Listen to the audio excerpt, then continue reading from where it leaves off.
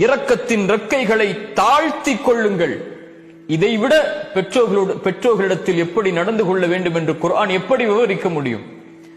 அல்லாஹ்விடத்திலே கரமேந்தி பிரார்த்தனை செய்யுங்கள். வகுர் ரப்பிர்ஹம்ஹுமா கமா ரப்பயானி ஸகீரா.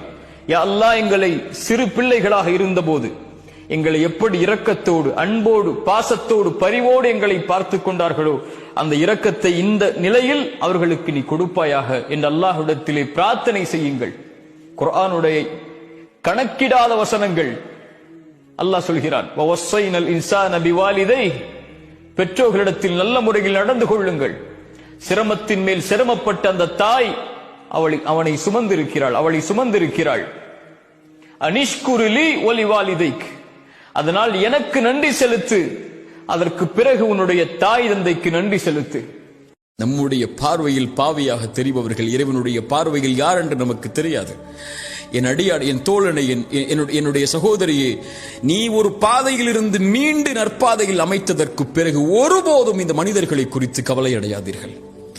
இறைவன் உன்னை பார்க்கக்கூடிய பார்வை சுத்தமான பார்வையாக மாறியதற்கு பிறகு உலகமே உன்னை தவறான பார்வையில் பார்த்தாலும் அதை குறித்து கவலை அடையாமல் நல்ல பாதையில் உங்களுடைய சிந்தனைகளை வைத்துக் கொண்டு, தவறிலிருந்து பெற்ற பாடத்தை பெற்றுக்கொண்டு, சிறந்த மனிதர்களுடைய பாதையில் உங்களை ஆக்கிக் கொண்டு உங்களுடைய மரணம் வரை அதில் தொடர்ச்சியாக இருந்து கொண்டே இருங்கள்.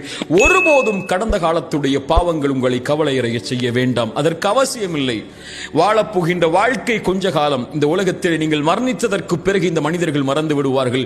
100 ஆண்டுகளுக்கு பிறகு நீங்கள் வாழ்ந்த அடையாளமே இருக்காது. 200 ஆண்டுகளுக்கு பிறகு நீங்கள் வாழ்ந்த சரித்திரமே இருக்காது. இப்படி உலகமே உங்களை மறந்து விடும் போது நீங்கள் ஏன் கடந்த கால பாவத்தை நினைத்து எதிர்காலத்தை அழித்துக் கொண்டிருக்கிறீர்கள்?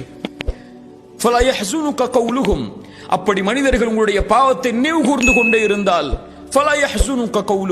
அவர்களுடைய வார்த்தை உங்களை கவலை அடைய செய்ய வேண்டாம். இறைவன் அறிந்தவன், மறைப்பதையும் வெளிப்படுத்துவதையும். தவறு செய்பவர்கள் தான் மனிதர்கள்.